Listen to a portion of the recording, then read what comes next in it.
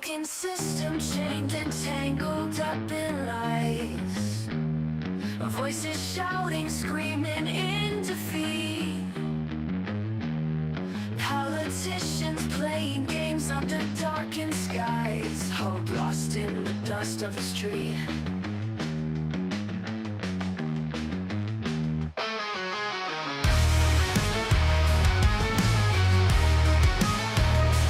Red and blue, colors pouring from the sky. Debates turn to anger, the crowd gets loud. Punches flying in the blink of an eye. Truth buried deep beneath the shroud. Welcome to the bullpen, where the weak don't survive. These broken dreams we defend, trying to keep alive.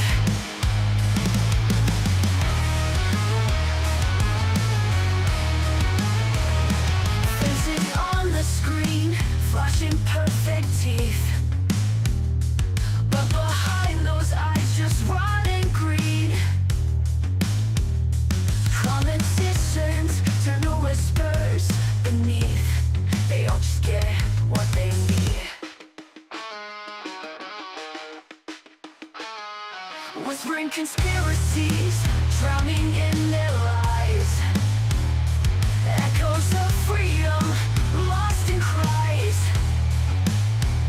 Spin the wheel of fate, let's see who rise. But this game will bleed you dry. Welcome to the bullpen, where the weak don't survive.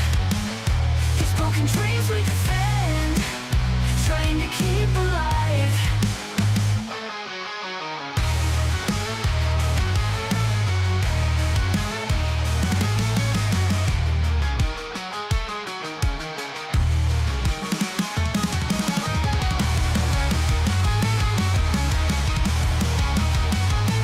Welcome to the bullpen, where the weak don't survive.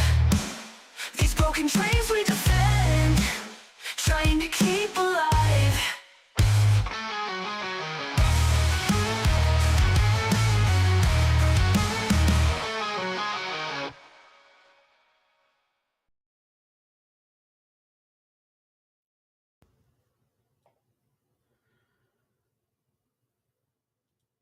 Good morning or good afternoon. Welcome to the bullpen.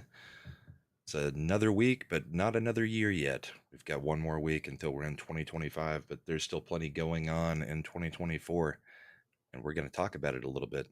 Yep, we've got a full-on Twitter X Twitter Maga meltdown. civil war going on between the tech bros and the Maga base at the moment. Yep. But first, how was your Christmas, Chad? It was nice. Had a nice family Christmas. Did a big nice turkey dinner. All the good stuff. Son's really into Pokemon now, which means I'm gonna have another money hole of a hobby for him that I have to pay for. Yep.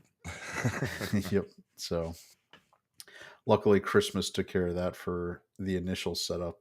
So I'm not looking forward to the part where he's wanting high end cards for his deck.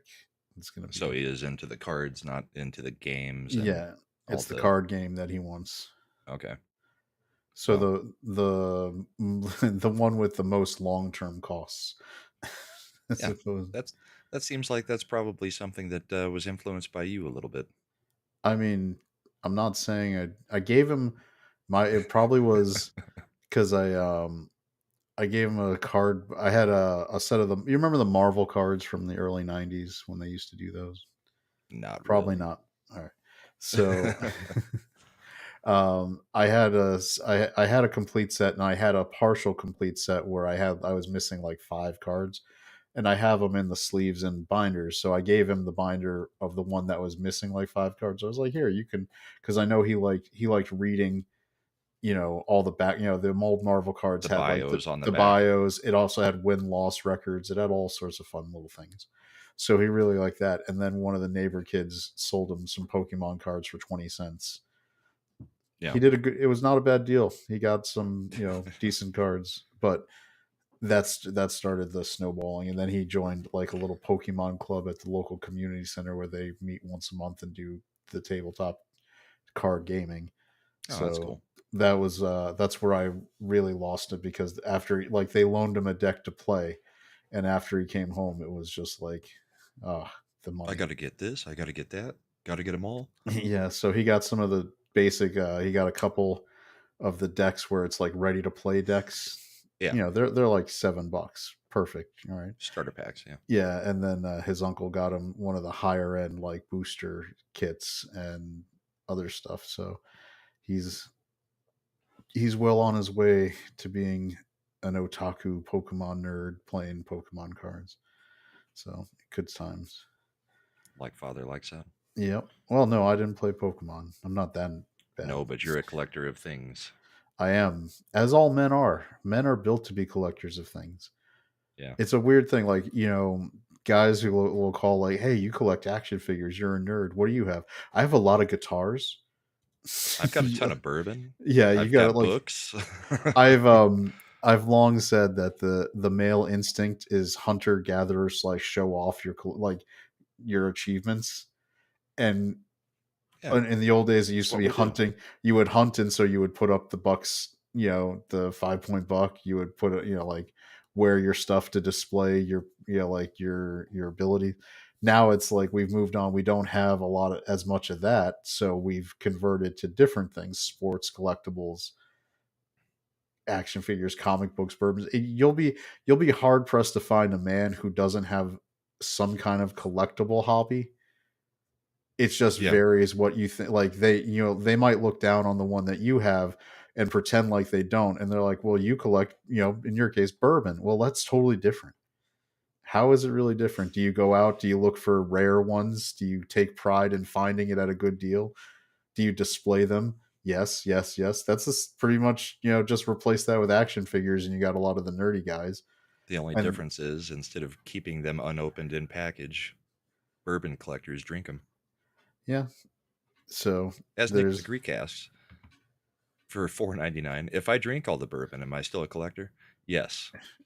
you I collect am it, a collector, consume it, and I drink replace the it. bourbon. Yeah. So I think it's a normal male instinct, and it shouldn't be looked down upon. It's just, what is the thing that you collect to collect? We got guys into rock and roll who do it with guitars or instruments. Sports Yeah. guys who will do it with jerseys, banners, Signed signed footballs, footballs. pictures. Yeah, I mean, hockey. Like, this is a game worn jersey, man. It's like, whatever. Right. Yeah, like, did you, okay, so it's that kind Lisa of says thing. women collect. We collect perfume, lipstick, and garbage in their cars. Yeah. Well, I'm glad your son and you have found something to bond over. Yeah, I had to play Pokemon for the first time in my life on Christmas Day.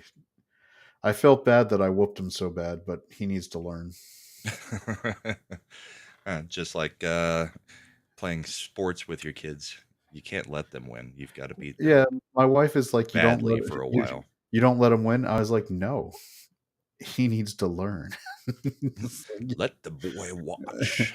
it's like, if there's not going to be any real sense of accomplishment if I just let him win. He's Right. old enough now to try to work. This is his motivation to learn the strategies of the game, to learn You got the to get metas. good enough to beat the old man at some point. Yeah, it's like, in the words of our forefathers, "Get good, son." That's our forefathers, not just the Dark Souls community. I feel like they took it from other ones. Yeah. That's a possibility. Yep. Well, So, I but hope everybody else out in chat had a good Christmas. What were you gonna say? I was gonna say, yeah, that's hopefully other people are having that. I know you had your first grandbaby Christmas. Yep. How did So that go? there were a lot of gifts for the grandbaby, and not that many for my daughters, and they got a little bit jealous, I think. But that's what happens. One of your daughters is the mother of the grandbaby. She needs to Right, half the stuff understand that. was to help her out. So even though Yeah, it's gifts for the grandbaby, technically they're I gifts for don't. Yeah, her. I don't think the grandbaby is the one who asked for a Bjorn or other things like that. Right. Like, The grandbaby didn't need a diaper genie. But yeah, it was a stressful week. I mean, Man, the diaper genies are a godsend, man. Because and if you can keep your diaper genie like changed out fairly regular, it really does help the help your yeah, situation. yep. Um, We've got one that we pulled out for our house too because they're over here so often. So yeah, it was uh it was a good Christmas, just stressful. your I mean, daughter last didn't week try I to. I was gonna say your daughter didn't try to investigate like cloth diapers ever, did she? no Oh, thank God. My wife talked about it for a minute, and I was like, "No, we're not doing that." And she's like, "Why? It won't be. It'll be reused." I was like, "No. Do you?" And then after the first like week, when we were seeing the actual results of what you're throwing away with the diaper, I was like, "Would you have liked to have had to clean that?" And she was like, "No." constantly She's over and like, over rewash these. "Yeah." She's like, "God, no." I was like, "See, thank you. It was the And how do right you call." feel about the diaper change where you're in the middle of the diaper change, just put on the new diaper and then they start going again? Yep. Yeah, The only difference is with the little kid. The one thing I did make sure we got was they sell them for boys. It's basically like as you open the diaper, it's like a little. It looks like a cup, and it goes over to protect you from the pee that it will right. start shooting up. It was a very useful purchase. I recommend it for anybody who has a baby boy. Yep. Perfectly Never had to deal with perfectly that good one. use. Yeah, that's right. So far, I've had two girls and a granddaughter. So haven't had, I mean, she still pees all over you, but it's not quite the same as baby boys do. it's weird. My family, we were it was all boys for us. So I have two and a half brothers. So two full brothers, one half brother. Yeah. My half brother has two sons. I have a son. It's all boys. And then my brother, my younger brother, he's had two girls. I'm like, you're letting it down, man. You're Yeah. Well, that's like my family. I've got two sisters. They both had boys, and I had girls. So it's weird the way that works out sometimes. yeah. The family line ends.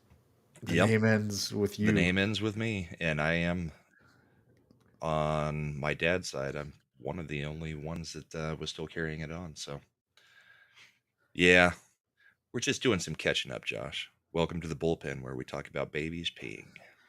I mean, if that is a pro tip, Bad Take Bojan even gave you the name of the product. I mean, The pee pee just tent. yeah. All right. So if you want the legit stuff here, I've got this is where we're at as of this morning with where James Lindsay at.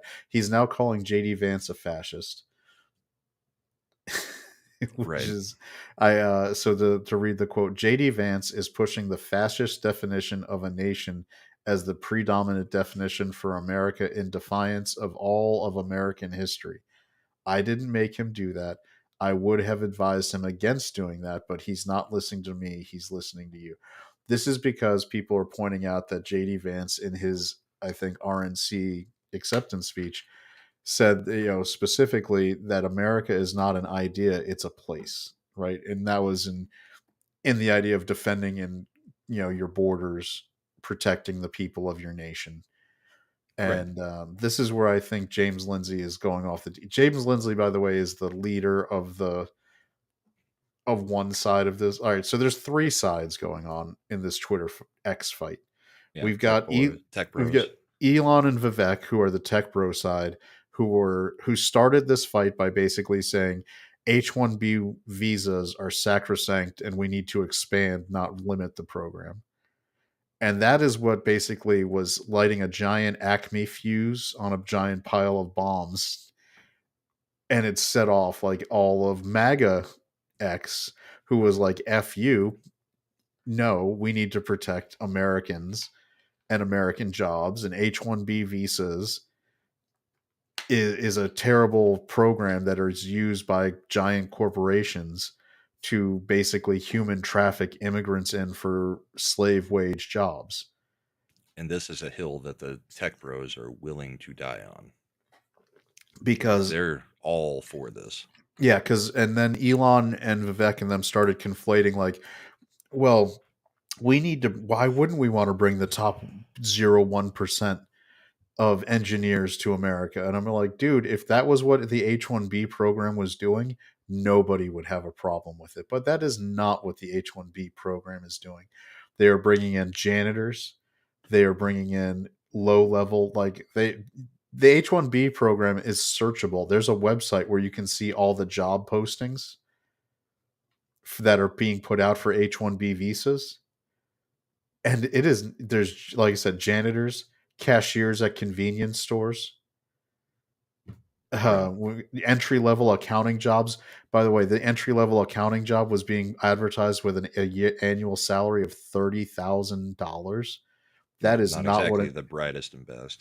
So what that is telling you is that the corporations are using these to import labor at a tenth of the cost. Sometimes, if we're talking about software engineers, and usually up to half, they're saving at least 50% cost on what it would pay to pay a legal. I mean, if you even want to go legal permanent resident or American citizen to do this job. Because when you're an H-1B visa holder, you also don't have to pay all the same taxes, which is another thing that people forget. Like, guess what? You don't pay on an H-1B employee? Social Security, Right.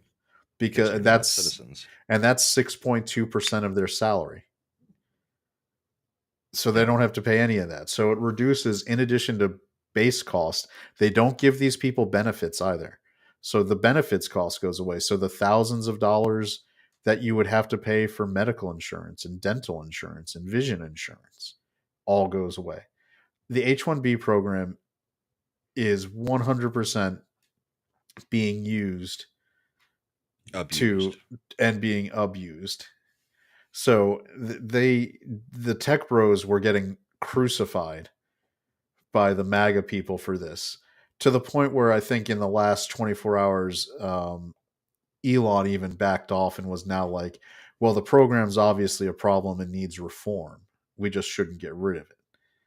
Right. And Which Trump is did weigh in on it that he is for using it and has used it in the past.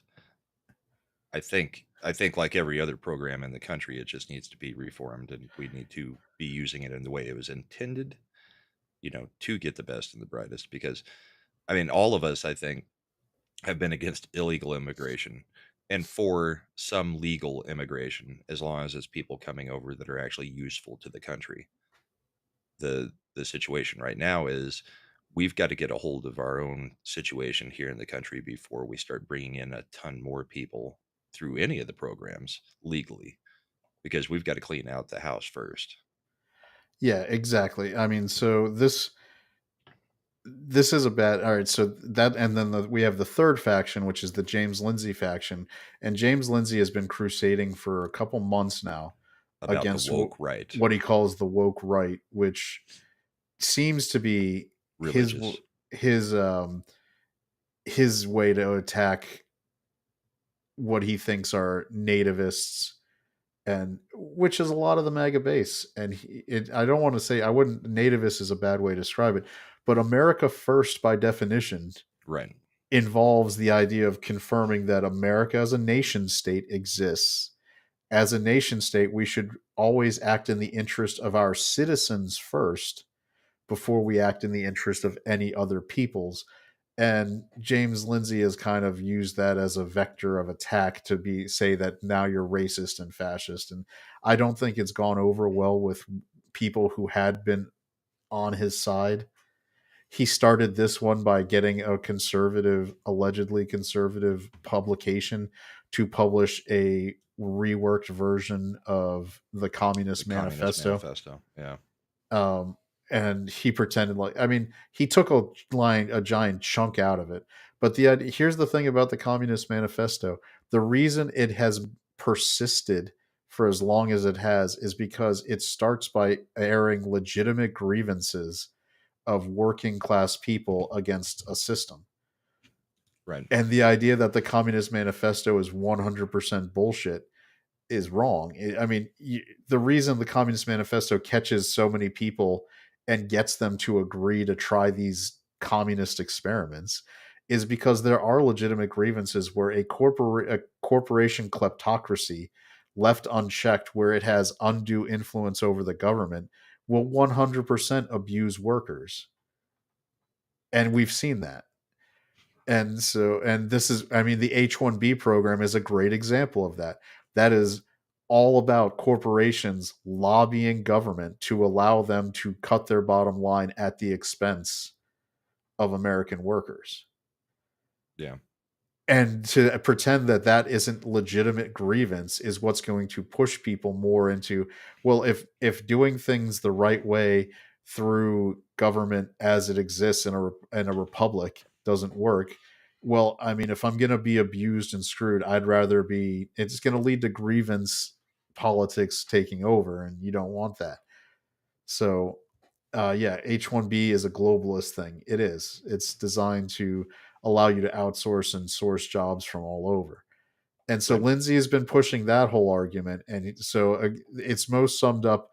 I think Lindsay and Posobiec are kind of the two on X who are representing both sides at their higher end.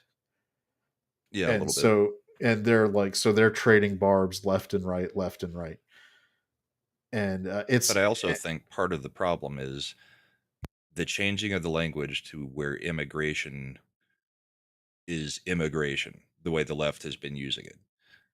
And I think people are conflating illegal and legal immigration to a degree. So I think that could be part of the issue as to why some of the, you know, lower lower info type voter type people are having so much trouble with this is because they don't understand the difference, because everything has just become immigration because of how the media uses it and that kind of thing. I think it's being conflated a bit, blown up yeah, by the media and by just how Twitter works with the algorithm.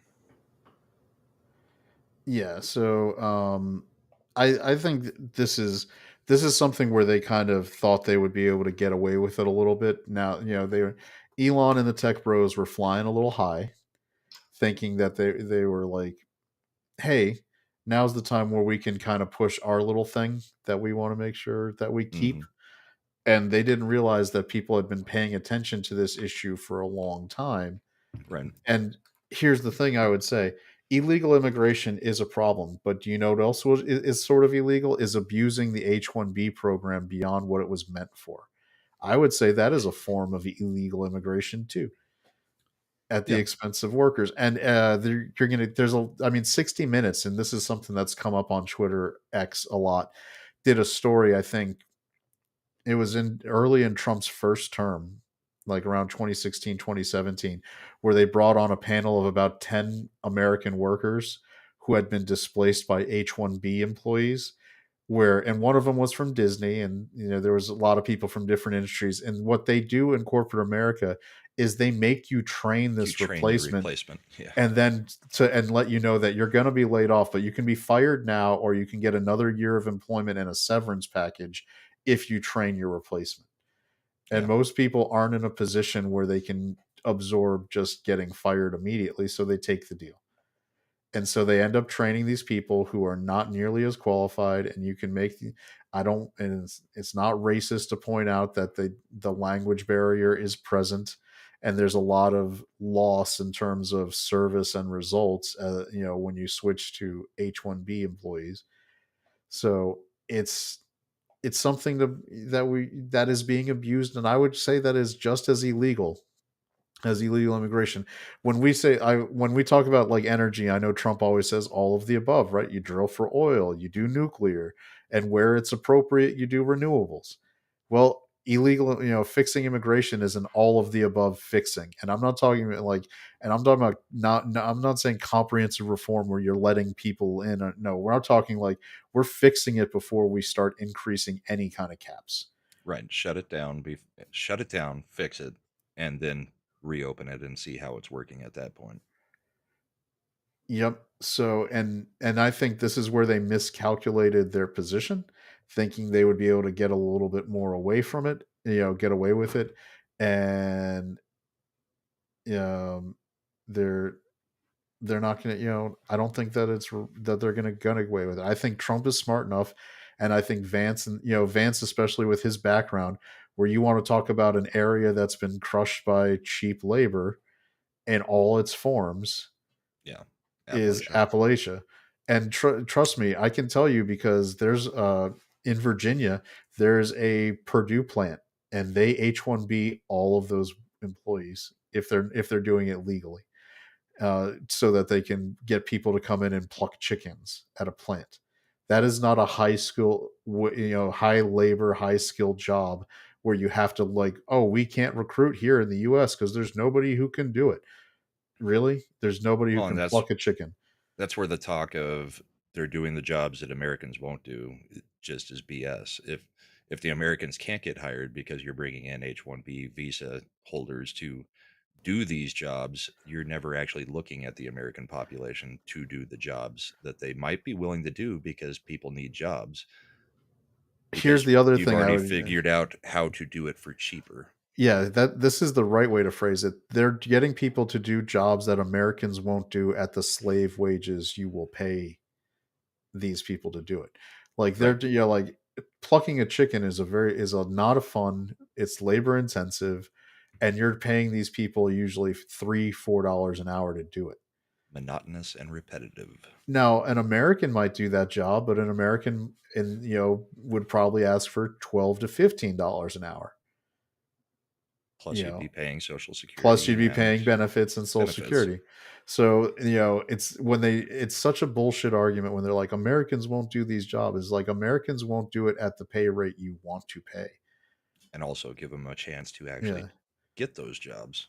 Yeah, Google laid off like and has I think they pulled Google had 45,000 H-1B visa positions for Yeah. high paying jobs.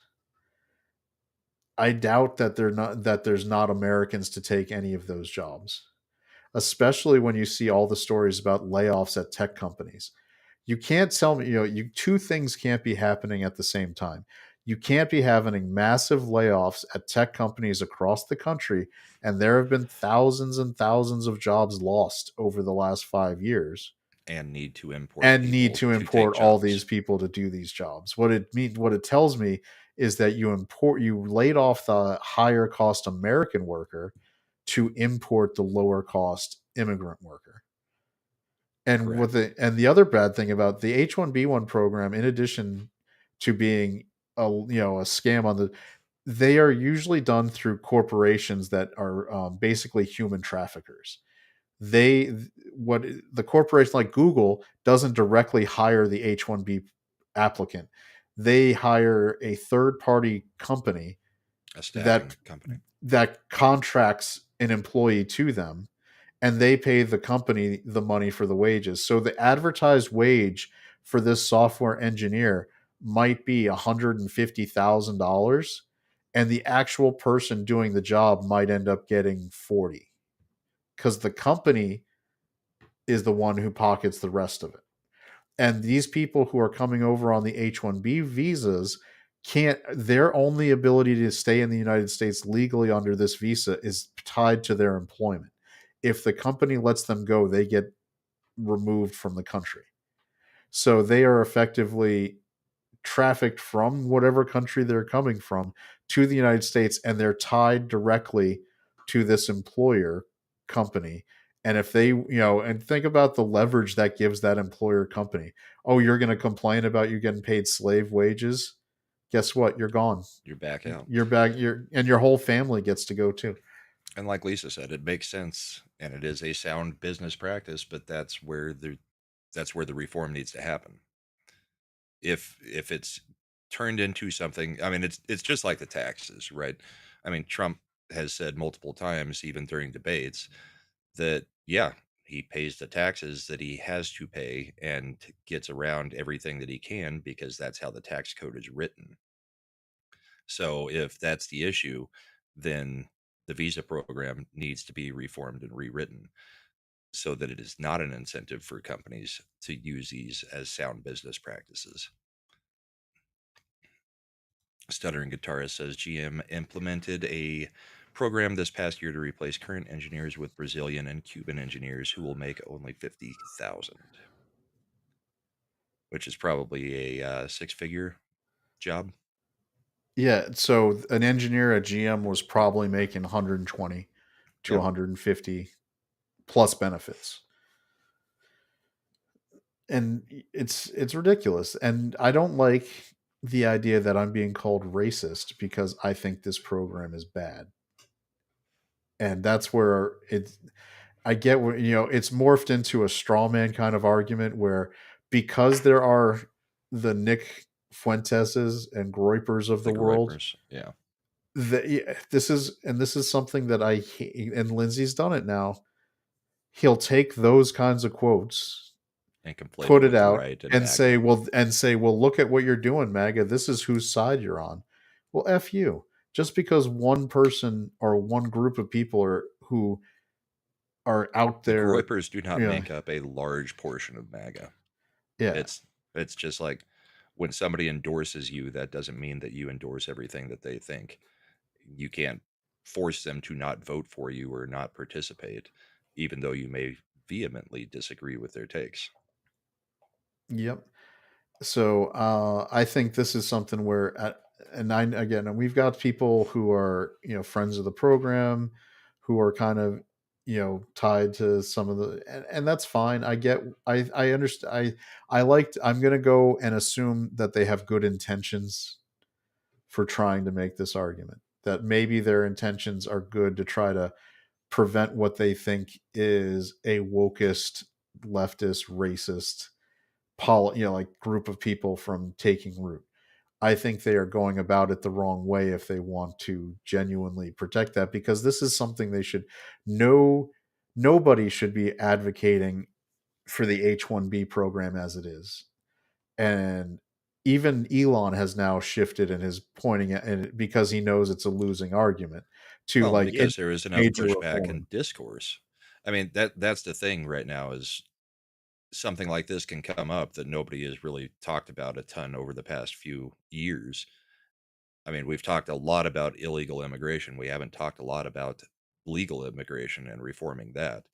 But that's where, like Stuttering Guitarist said, seeing having a populist president, we're going to have some talks because not everybody's going to be on in agreement on certain topics because we're looking at the whole system and trying to basically tear it down and restart it the way it needs to be restarted. So you're going to have these arguments, you're going to have discourse about everything, and somebody who has an opinion like Elon Musk may be brought around because of the amount of people pushing back and saying why this is a bad thing, and he may not recognize it because Elon doesn't have a lot of peers.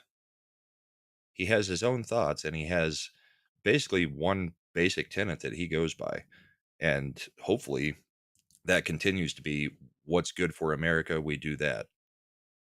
Now, he could be wrong in many places, and that's where pushback has to happen. I don't agree with the possibility that he has been stripping people of blue check marks or kicking them off of Twitter for disagreeing with him. I think that is an absolutely horrible way of going about this, but I'll need to see a little bit more proof of that. I haven't paid a lot of attention over the past week. I had 20 people here and just stayed off Twitter for the most part for the past week. Stayed off Twitter to the point that, oddly enough, John Gruden started following me, even though I hadn't tweeted anything all week. That one still baffles me.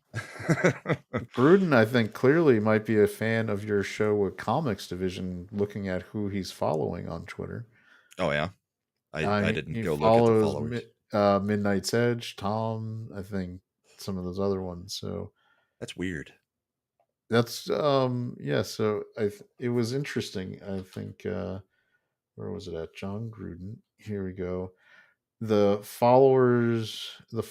All right, Epic Mike, Zax, Yeah, Dan Vask. This is why I was like, are you sure this is like Gruden? Because if it is, it's he's the watching. Barstool Sports Gruden. He's Blabs, master of the TDS. It's either that or somebody really went out of their way to create an account that looks like Gruden because even the posts are all about sports and But the thing is, it's it's Barstool. it's verified through the Barstool organization, so it's Right. got that. and it's got the check mark. It's strange. I don't know. Joined November 2024. So, Yeah, I and I mean, don't he's know if Gruden posting. just signed a contract with Barstool recently. I mean, I he's haven't paid posting attention to John videos Gruden in now, and forever. it's Gruden. So, I know he's suing the NFL, and I hope he wins.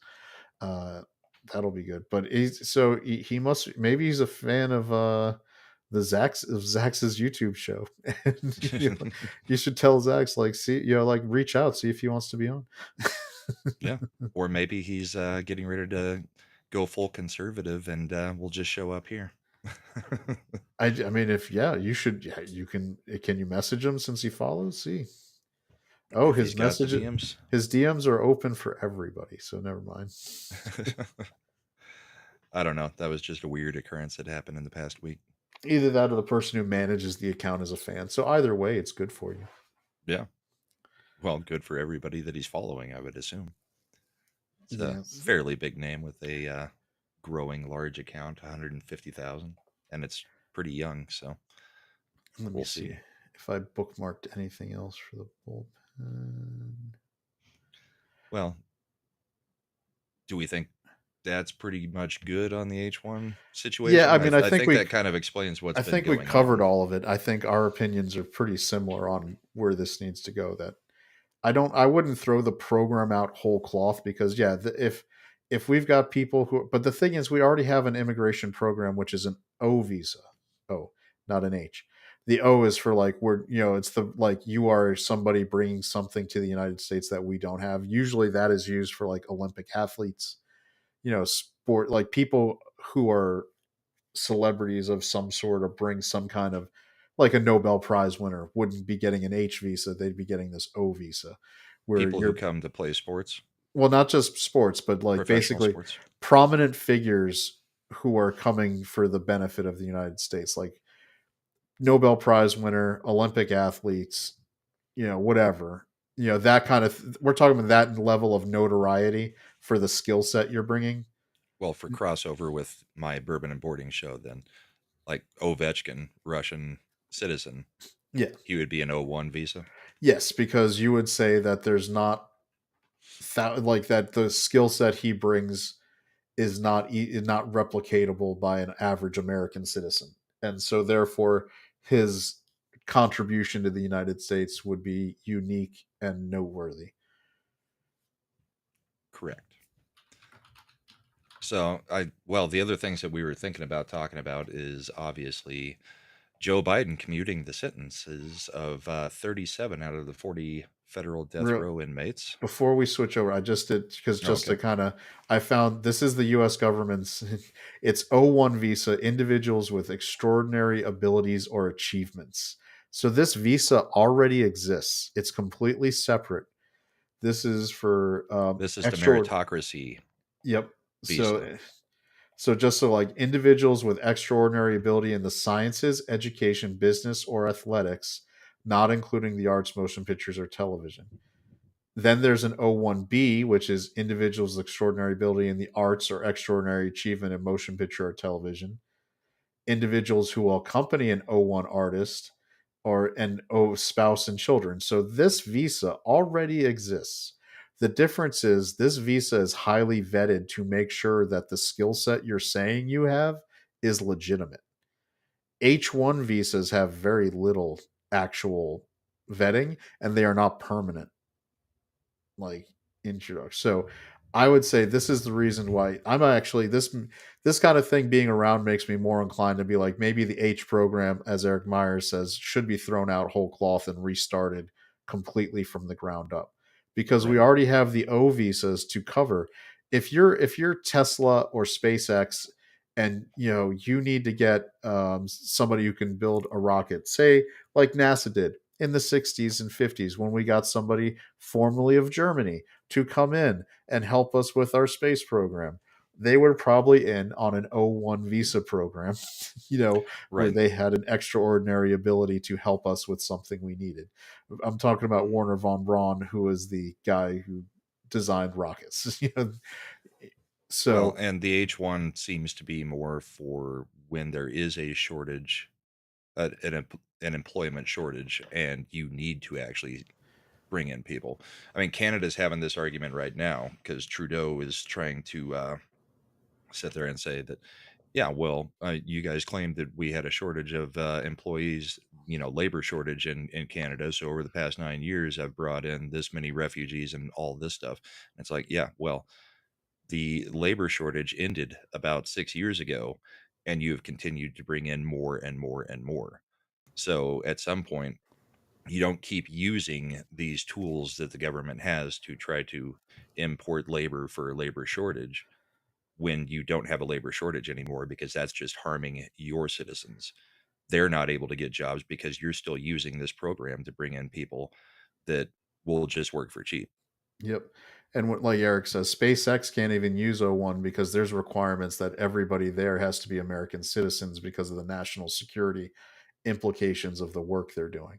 So this is the interesting thing where Biden's administration was suing SpaceX for not hiring immigrant labor when they are not allowed legally to hire immigrant labor because of the programs they run Yeah. for NASA and the US government, which is hilarious. Basically, their defense is, like, hey, we're being sued by the Department of Labor for not hiring immigrants, while another division of the US government will absolutely not allow us to hire immigrants.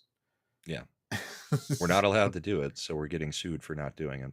Yeah. So, but the O1 visa program exists. Everyone pretends that it doesn't. They act like the H visas, like H visas are like what you would, if you've ever been at a local community pool and notice a lifeguard from Eastern Europe or some other place. And I think you maybe all had that experience at this point in our lives when it's like a community like pool management company, and they just, and what used to be teenagers as the lifeguards when we were younger, Yeah. all of a sudden shifted to like Eastern European kids. I mean, come on, man. They like to play with my leg hair. Yeah. So that's because H1B visas, these headhunting companies will bring in these kids from Eastern Europe to be lifeguards over the summer and pay them like $4 an hour to do it. But they put them up in like a dormitory, the equivalent of a hostel, whatever you want to call it. And that way they don't have to hire any Americans to do it. And that's who's saving your kids' lives in a lot of places. So this is Nick says he doesn't go to community pools. It's like swimming in a toilet. I mean, that's true for any outdoor. I mean, if you go to the ocean, you're swimming in the biggest toilet in the world because the fish are using it 24/7. Just remember Mm. that. All right. So yeah, so switching over gears now, I think I was switching to the topic of after I Biden interrupted. commuting sentences. Yep. This was ridiculous. This is just another hypocrisy of Biden and the left. I mean, so you've got 40 people on the federal um, death row, and he commutes the sentence to life imprisonment for 37 of them, using the reasoning that he is against the death penalty. So, I mean, I'm against him doing any of this at all. But the fact that he decided that 3 people should die, but the other 37 shouldn't, is kind of the height of hypocrisy, because you're either for the death penalty or you're not. So I don't agree with him on any stance that he's taken here. But the people that he is letting, off of death row are some of the worst of the worst. You know, Yeah, like you see the stories. There's people who are child rapists and murderers. Like, and there's, just to be clear, none of the people whose sentences were commuted, there is no legitimate argument they were wrongfully convicted. These are all right. people where it's like, if you want to talk airtight, known 100% known they did it, Yep. and he's letting, and the most horrific crimes, because the, as you can tell from the fact that there were only 40 people on federal death row, the federal government doesn't often seek the death penalty. Usually what'll happen just is people, what they Well, it use has to fall under federal jurisdiction is it part of it. has to fall under federal jurisdiction, and a lot of times in order to just guarantee a conviction, what they will do as prosecutors is they'll say, look, if you plead guilty, we'll take death penalty off the table and just you'll do life in prison, because that way they just don't have to go through a trial. Right. If they're getting the death penalty, either the case is so horrific that in good conscience they couldn't offer a plea deal, or the person refused to take the plea deal and so they took it to trial, and so they're, And for then some we're reason, and convicted. and so But the to fact of the matter is, there was a jury and a judge, and the whole shebang trial, and they were sentenced to death. And Joe Biden disagrees with it, so he's yet just going to bypass the judicial system yeah. and say, "Yeah, we're not going to kill these people." And to be fair, just to make this well known, he is 100% able to do this. This is not Yeah, something that so I see in chat like Lord Shack saying Trump should, use those three as an excuse and then bring them back. No, once you commute the sentence, it's done. the president has plenary power from the Constitution for pardons and commutations of sentences. It's basically unquestionable. This is the funny thing. Like, it could be exposed if it came out that President Biden literally got a bag of money with a note that says this is for pardoning so and so, and he pardoned them and took the money. There's nothing you can do to take back the pardon. You could then try to impeach President Biden based on committing a high crime and misdemeanor under the impeachment clause of the Constitution. Right. And the whole reason he's doing it is because he's personally against the death penalty. And what we saw during Trump's last 4 years as president was that he was pushing to move forward on, executing the people that have been convicted and are on death row. So that's why Biden is making this move now, is to get it to where Trump cannot actually execute the people that are scheduled to be executed. Yeah, to speak to, I think Nick the Greek in the chat is a little surprised about how far-reaching the pardon power is. The pardon power evolved from Old England when we started the country. It went back to the king had the ability to pardon and commute any sentence, so they kind of transferred that over to the presidential role within the United States. If you pretty much everything that we did as a country when we first started with the Constitution, including the Bill of Rights, has a direct tie back to their history within England. For instance, the Second Amendment about the right to keep and bear arms is because in England, outside of time of war, the local lords prohibited individual, like, workers, serfs, whoever, whatever you want to describe them, from Peasants. peasants, from owning weapons. And that was to make sure that if they ever revolted or rebelled, all they'd be coming at them with, like, would be pitchforks and shovels instead of swords and arrows. Like, Yeah. yeah, it was that there was I mean, if you look back at the old Robin Hood stories, even hunting with a bow and arrow was heavily regulated, right? Remember the old story? You are hunting in the king's woods. You took down a deer. You are not allowed to do that. Well, I was Poaching. feeding my family. That's poaching. Sorry, the king owns all the deer, like, and the local lord by extension. So, all of There was these. a lot of common law, and there was a lot of law that was made in our Constitution to directly counter some of the laws that they had over there. So yeah, exactly. So a lot of our stuff is either designed to replicate what they liked from the English system or counteract the things they didn't like from the English system in order, as it says, to form a more perfect union. you Yeah. know, because that's what they want. Don't you can't take things out of context and looking. I mean, this is why I love our originalist Supreme Court justices. You have to look at the law as it was drafted at the time it was drafted to understand the context it was drafted in. So when they did the Second Amendment and said a more a well-regulated militia being necessary for the common defense, the right of the people to keep and bear arms shall not be infringed. And for years, they tried to use the militia part to counteract the individual right to own weapons. If you Right. go back and read the documents as it was drafted, it was all explaining that this is in response to what happened in England, where regular people weren't allowed to own any weapons, so that they couldn't form militias on a local level that could eventually rebel or revolt against local lords or the greater, king in this case, or queen, in the It was broader to quell context. any uprisings before they could Exactly. begin. So that's why it is 100% an individual right and has been since the beginning.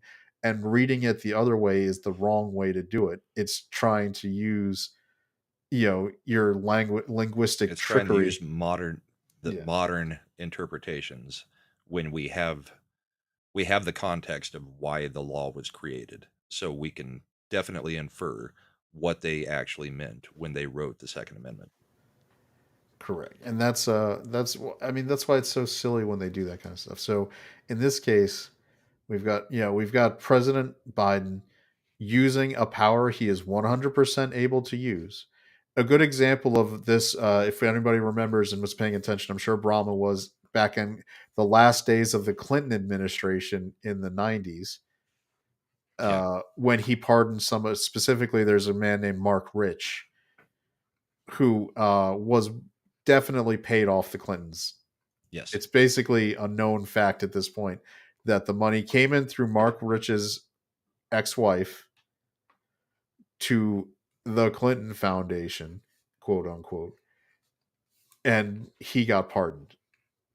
So, Yeah. and there was nothing they could do about it. Everybody in the country knew. I know Rush Limbaugh used to bring it up a lot, but everybody knew that it was a payoff pardon. But there's nothing legally you can do about it because the pardon power is so broad and wide reaching that you can't. So now the only thing that we've argued, not we, but that is up to argument, is the idea of what we call broad or blanket pardons. Blanket pardons. There is some debate that has never been, and it's never been challenged. Like Hunter's pardon is a blanket pardon from day whatever to day whatever. That kind of, yeah, 2014 until 2025. that's the first time anybody's ever had a pardon in that manner. So it's never been brought up because usually the idea was that if you're pardoning, you have to pardon for a specific Specific. crime. Yep. The only problem, there is some precedent though under the Carter administration. Jimmy Carter effectively pardoned all draft dodgers during the Vietnam War era. But that's a specific thing.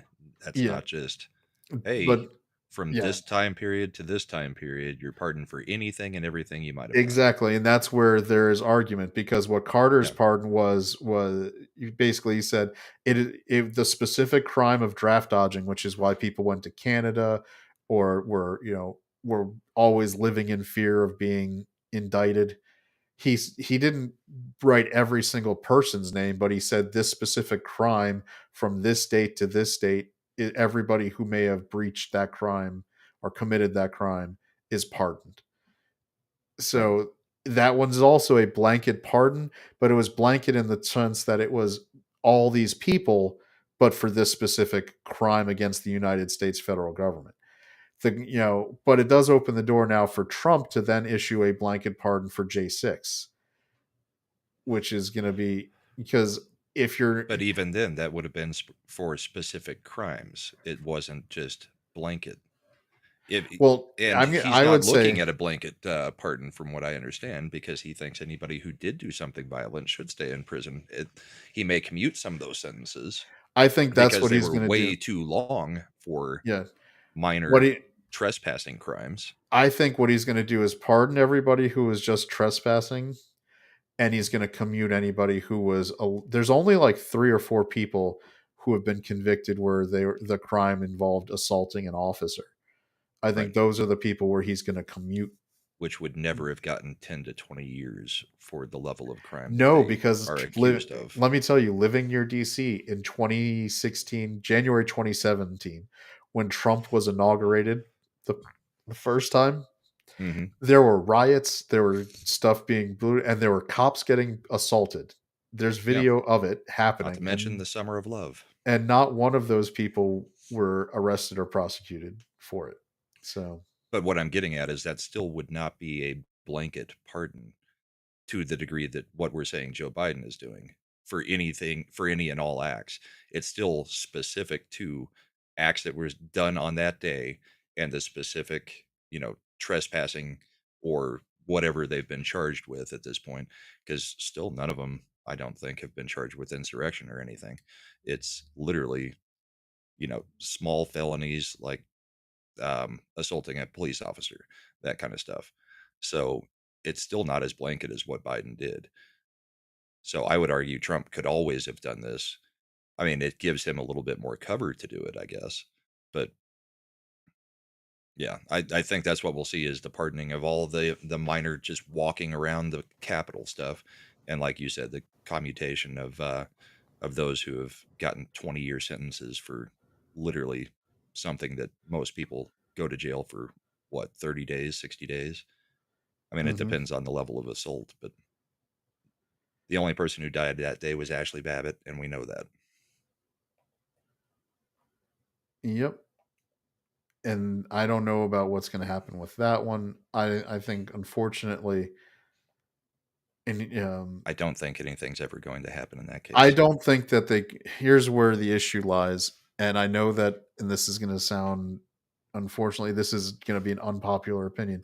I don't think Ashley Babbitt should have been shot, but I do think that from a legal standpoint, as an officer in that situation, it would be very hard to prove he wasn't in a justifiable shooting scenario. And There that's was the no problem. immediate threat to his person or to somebody else. She was on the other side of a closed, locked door They and were window. breaking through the window. Hmm. I mean, this is the problem. It's about the issue with the laws as it's written is it's You have all to get about into their the mind. officer's mindset. Did the officer have a reasonable fear for him or someone else's life in that situation? And here's a question: in The Shining, when Jack Nicholson is breaking down the door to go after his wife, would she have been justified to shoot him before he came through the door? Jack Nicholson was armed in The Shining How do you know she wasn't armed? because, as far as we know, How, from if everything that again, no, we've no, seen, but again, okay, I get from you. the officer's perspective, how do you know she's not armed when you're? I'm. This is where you get the issue. From the way the laws are written for an officer doing in a shooting, it's not about knowing. It's not about perfect knowledge. It's about what you can reasonably infer in that scenario. These people aren't going through metal detectors anymore. She's part of a group breaking through a door, which by itself is a violent act to break through someone's door. Would any jury and judge in Washington, D.C. not view this officer as justified in shooting? Yeah, like I said, I don't think anything's ever going to happen in this case, but I think Yeah. we all know the truth. No, I mean, I do think yes. I don't. I want people in the chat to understand. I'm not saying she should have been shot. I'm Oh, I saying understand. legally, Yeah, they are not going to be able to prove he was not justified legally in shooting and discharging the firearm. but at this point, should he have his job? No. No, I mean the Capitol Police, unfortunately, I mean they're they're going to protect him just because I mean the same way they would any officer should be protected in a union setting. The union's job is to protect the officer. That's I mean we've talked about it when on our other Yeah, shows when we've talked to it's one of Mag, the right? only Yeah. unions that I agree with, the firefighters and cops. That's some of the only unions that I think exist for a good reason. Yeah, and the Capitol Police. I mean, the real answer on whose fault it was, and this is where I would think that I would, in terms of lawfare, I would. The unique way to go after this is if I was Ashley Babbitt's family, I would sue, and they may have already. I don't know if this is.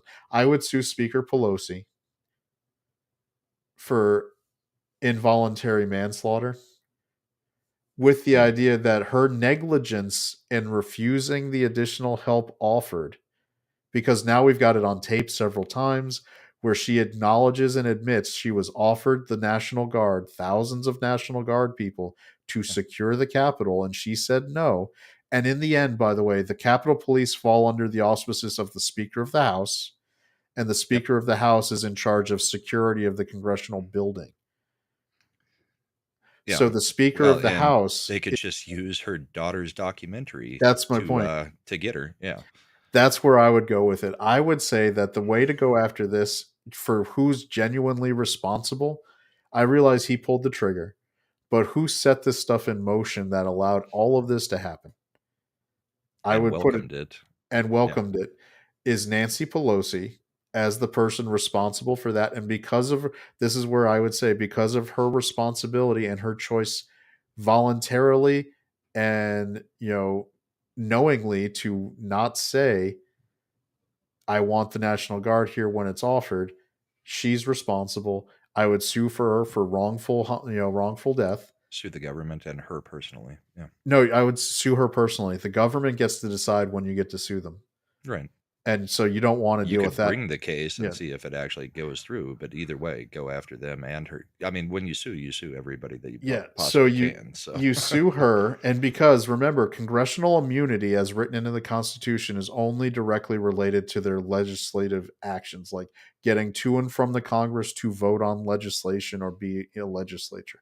It right. doesn't speak to these broader powers that have been invested after that.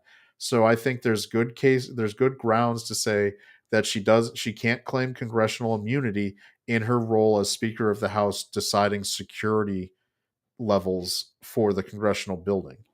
Yeah. Now, I mean, separate from Babbitt, what I would like to see is some more on the pipe bombing situation from that day. And I still think it was actually plan A. I think plan I I think plan A was to have the pipe bombs go off to show that somebody was trying to take out the VP or VP coming in and garner some sympathy in that way and then pin it on MAGA. And what happened was the riot happened and so they just went away from that plan, but there's no way that Secret Service dogs did not notice those pipe bombs planted at the DNC and RNC. And there's no reason that Kamala Harris should have been at the DNC while everything else was going on. Actually, before everything else was going on. So I would still love to see a little bit more information about that. And that's something that you might actually be able to do some prosecution or find Mhm. something out through that. Yeah, it does speak to the fact of how valuable they thought Kamala was, that she might have been the piece they were willing to take off the board for the sake of crucifying Trump and MAGA. But I don't think it was a big enough pipe bomb to actually do anything. I think it was just there to show that, MAGA was threatening her. They actually set off a pipe bomb in next to the building that she was in. But yeah, I want more information on that whole thing because we have seen very little out of that. Yeah, I mean, I've got a lot of hope for the Cash Tulsi Wombo combo Yeah. with because technically at DNI, Tulsi would oversee all of the intelligence apparatuses of the government, including the FBI counterintelligence and the reports they generate. Yep. Cash in the FBI would be able to start, looking in the internal records, firing people, doing whatever when it Yeah. comes to Who who was where that investigated. day? Yep, exactly. Yep. And then the Secret Service itself, I mean, God knows what they've shredded and destroyed already under Cheeto. I don't know what's gonna be left to find. So I'm hoping my hope would be the FBI likes to keep meticulous records for blackmail of people. So they probably still have like a file on who in the Secret Service might have been involved in case they ever got too big for their britches and needed to be, reined in. Yeah. So, I mean, there's still a lot of stuff about that day that we still need some investigation on because the J6 committee was an absolute travesty. And we're seeing some blowback on Liz Cheney about that now. Yeah. So, To Eric K's question, how much evidence is left after they destroyed it all? You want to know where you'd look? This is my background as a financial guy in what I do in real life. I would look for purchase receipts. and credit and company and company credit card records, because you'd be surprised at how nitpicky these people would be about submitting and being reimbursed for the product, for the buying the pipe bomb stuff. The pipe bomb stuff isn't something you just would have on your shelf. So there'd be requisitions, there'd be expense reports and reimbursements. And it's funny how when they're shredding documents, they never remember this kind of stuff, because they're in their head. A lot of these intelligence guys think there's no way they're that stupid to actually have put in purchase requisitions and expense reports for these things. And I can guarantee you they did. Somebody at the FBI probably was like, here's my Home Depot receipt for going and getting the PVC piping and getting all this stuff. And that's what I would start and look at first. Yeah. Because they have to keep that, because the IRS requires you to keep those requisition forms and things for years. 7 In case years. yep, Right. which we're still within that window, easy peasy.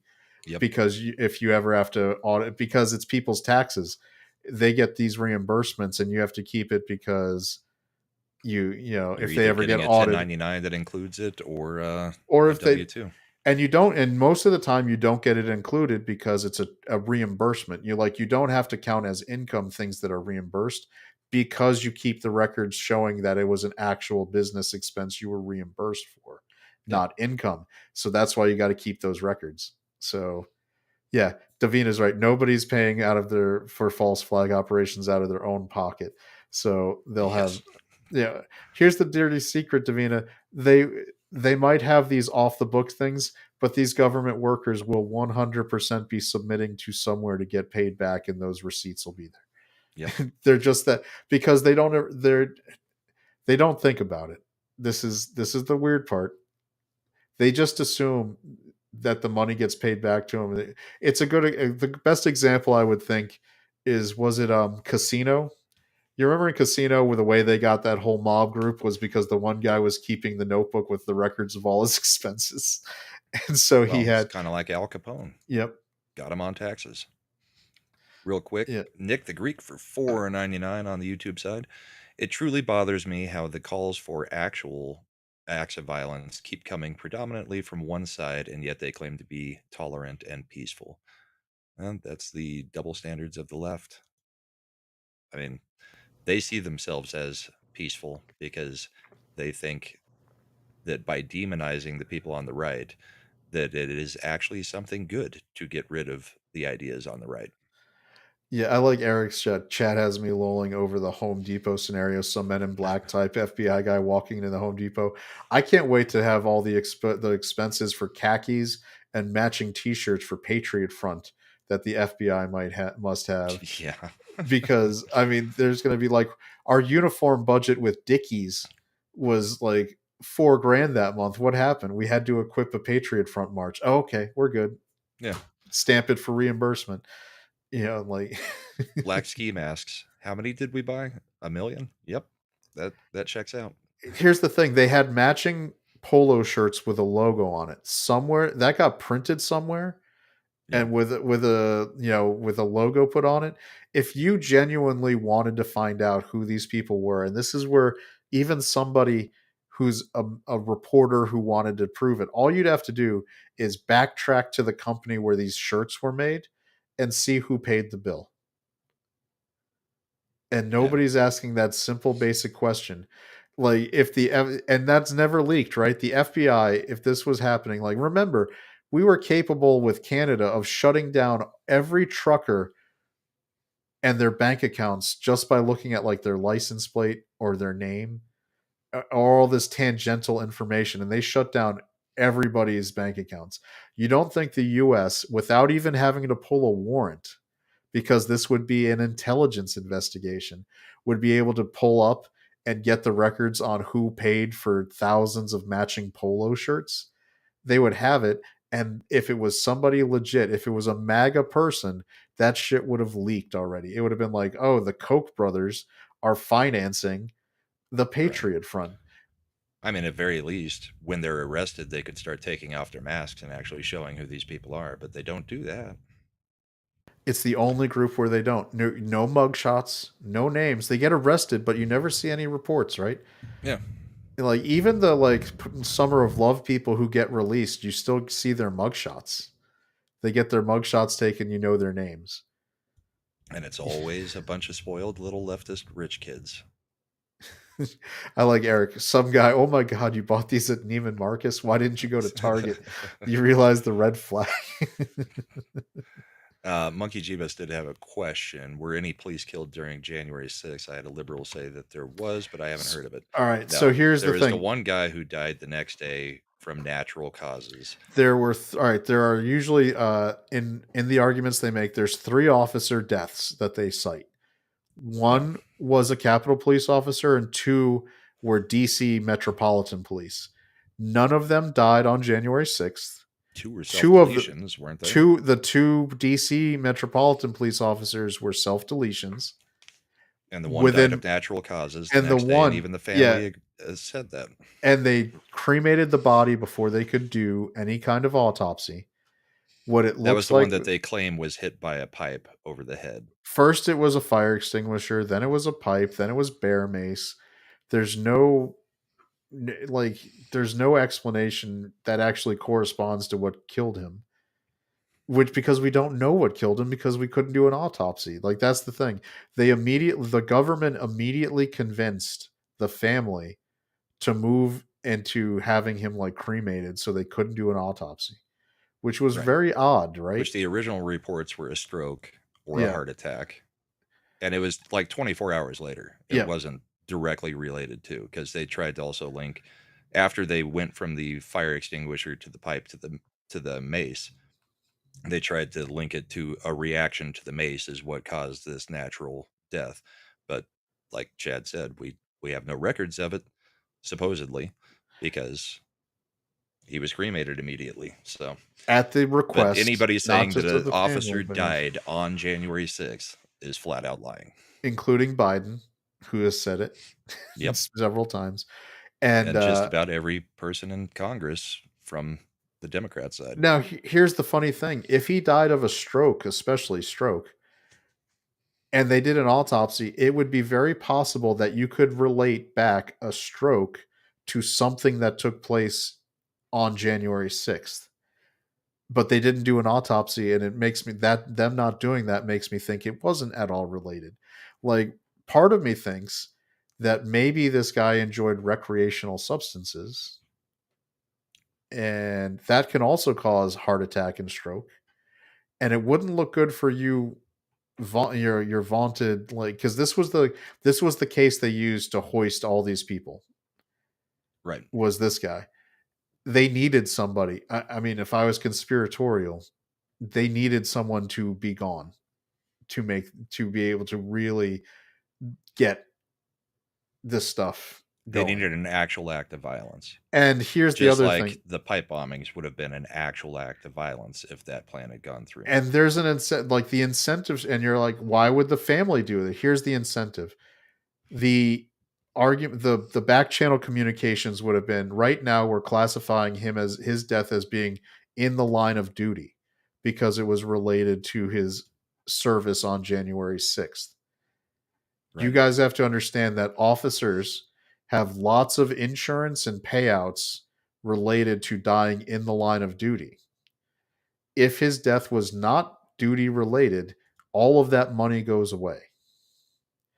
There may have been some communication as maybe just get him cremated, because we're already deeming him as a death in the line of duty. If any medical stuff comes out that says it isn't, well, then all that money suddenly comes back. And so it's in your interest as a family to probably just let sleeping dogs lie, do the cremation, because then there's no autopsy that can ever be done. And this will be the standing record, and you'll never have to worry about it being questioned. And stuttering guitarist, much like George Floyd. Yeah, because we don't know. The reason that we didn't see the autopsy until much, much later, proving that he didn't die directly due to Chauvin, but because of the fentanyl in his system, is they needed a martyr. They needed something to set it off, an act of violence to set things off. They always need an act of violence to set things off. And they constantly are looking for it. That's why comics and that group that I do the other streams with, we've constantly been talking about they're just waiting for the trans Floyd situation to happen. And that's why it gets shut up so quick when it's the trans actually doing the violence rather than the violence being directed at the trans Floyd. Yeah, as example with all our Nashville, Nashville, shooters, Colorado Springs, Colorado, Pulse they're, nightclub. yep, they're covering it all up. Yep. Well, we're coming to the end of it. Was there anything else that we wanted to cover from this last week? I mean, we had Um, the ethics report on Matt Gaetz, and the thing I would like to bring it up just for a second because I want to make sure everybody understands. Gates may have done some bad stuff. I mean, the report says that he may have done some bad stuff, but this is not an actual investigation. This is an ethics report from Congress. It is not the same as a criminal investigation in any way. who was it who replaced? I mean, I'm just wondering who was it who leaked the ethics report, or how did it come out? Um, I think they ended up taking a vote and decided to release it, but I'm not sure exactly what happened there. I just know that it got leaked. Whether that was leaked because they took a vote and said, yes, we're releasing it, or whether somebody just went ahead and did it. I haven't stayed up on that.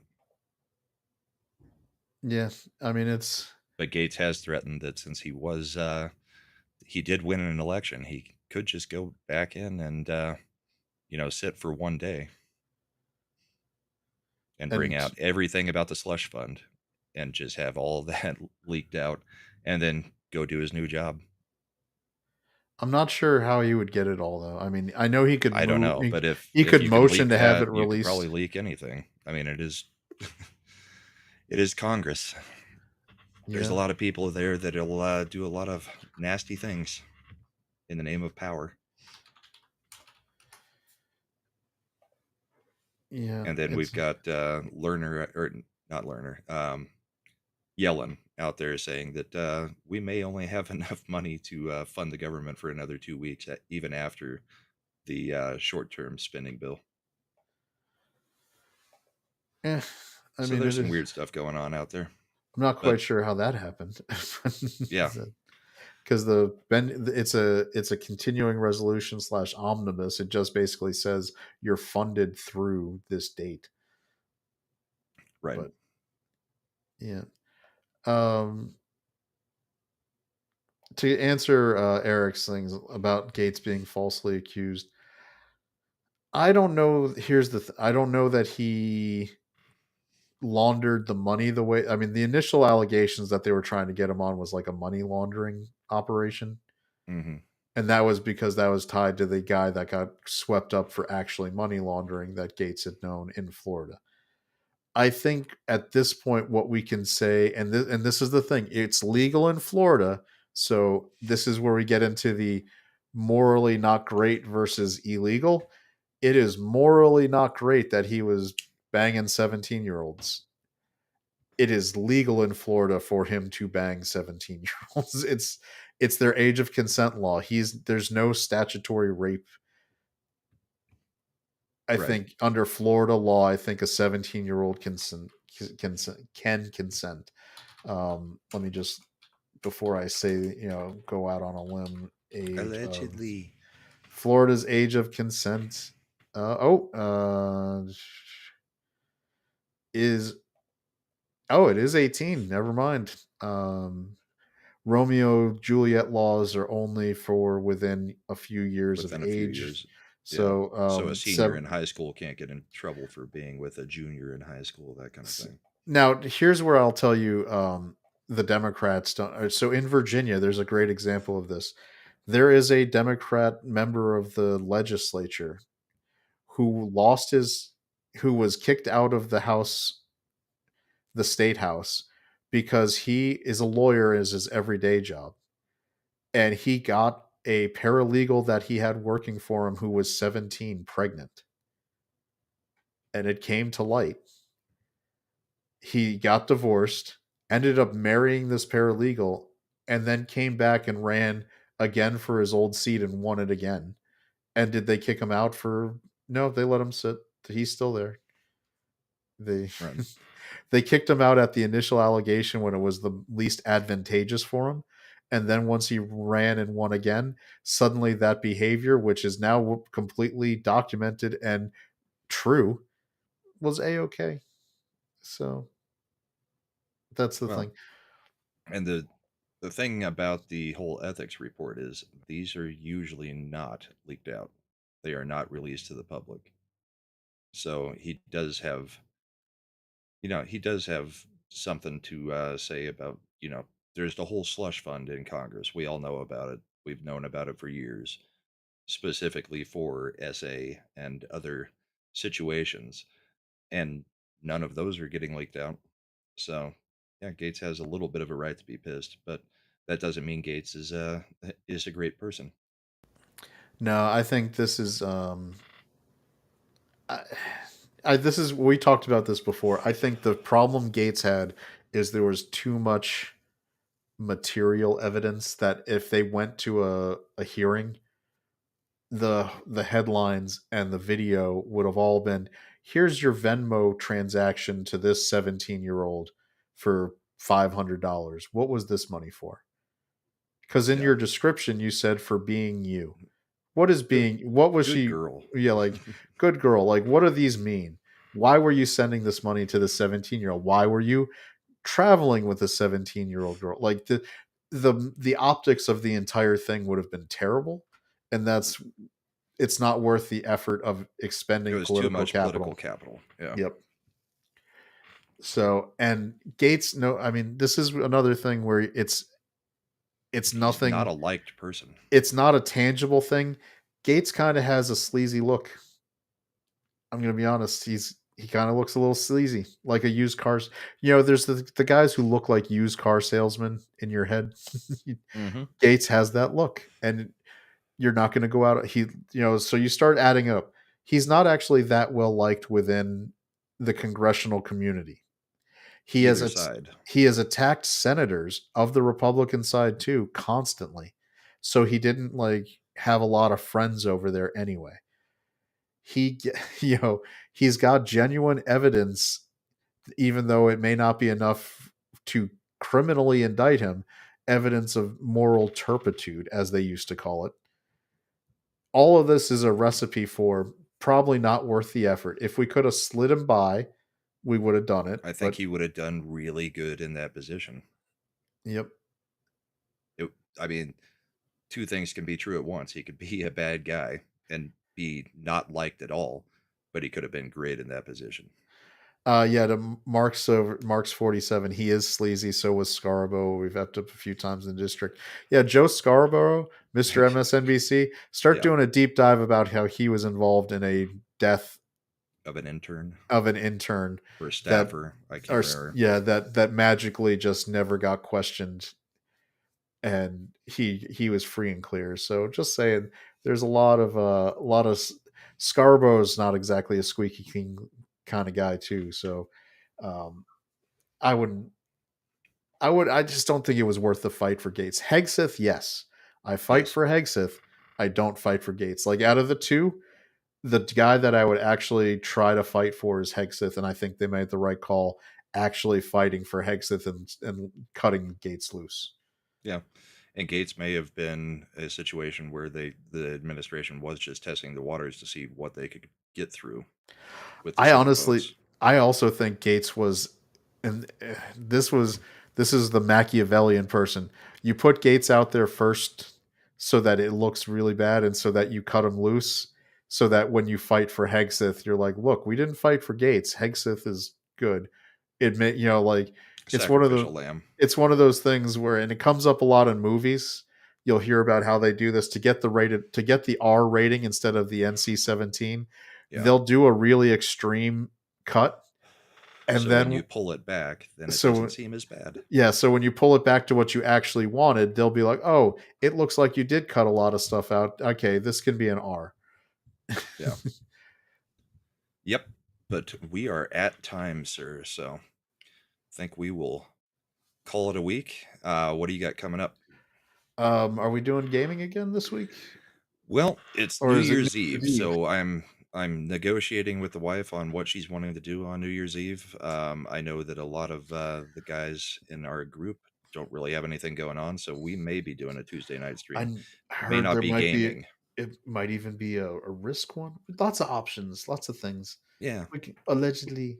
So we are we'll gonna possibly throw in some of us playing Risk, because yeah, that could get spicy with our group. So God, Matt, I will not trust any alliance he tries to make. Matt will be like, "Trust me, bro. I won't do this." I was like, yeah. "I know you're lying." Nick the Greek for $1.99. Just want to say Happy New Year to the panel and chat. Thank you, Nick. Happy New Year to you as well.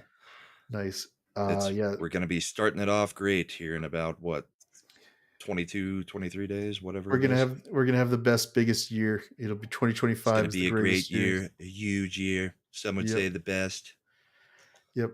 And then our just normal show, Friday night, the Ascendant Art Podcast. So Friday the 3rd, 9 p.m. Eastern Standard Time. We're gonna have the usual suspects hanging out. That probably means Brahma, Imp, Matt if he's still medicated, and then my Some co-host guy named Thunderdad, Imp. and yeah, some guy named Imp. I like that his AI was like, "Oh yeah, there's Imp." Yeah, if you guys didn't watch Friday night, Matt did a new intro and a new outro for the show, and it's pretty funny because the AI kind of took Mad's personality and injected it into the outro. Yep. Yep. So it's gonna be hopefully another fun show. Yep. So, and as everybody who's watching here, if you want to subscribe to Brahma's channel or join, I mean, his channel is growing. Keep his momentum up. Get him over 600. That's a nice round number. We'll keep going 6, 7, 8, then all the way up to 1,000, then 2,000. It'll keep going.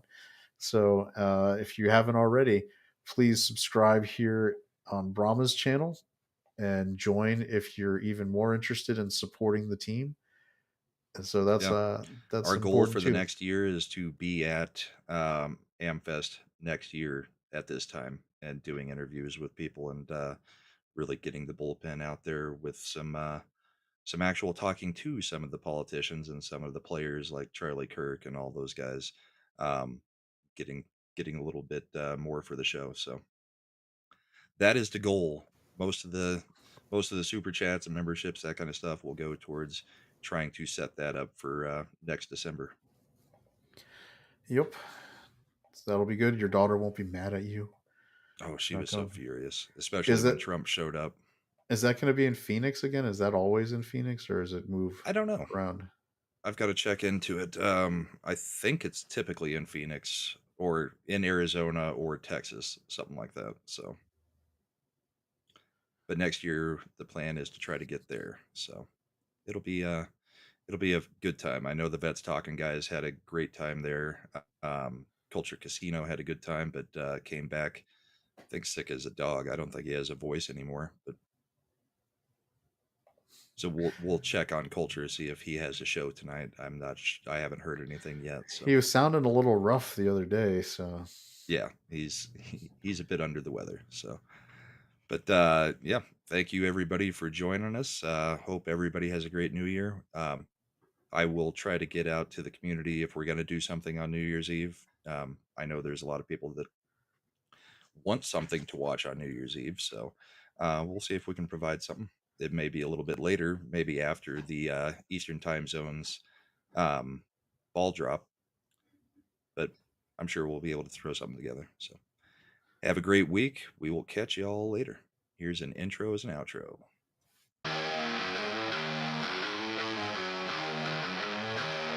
Broken system chained and tangled up in lies. Voices shouting, screaming in defeat. Politicians playing games under darkened skies. Hope lost in the dust of the street.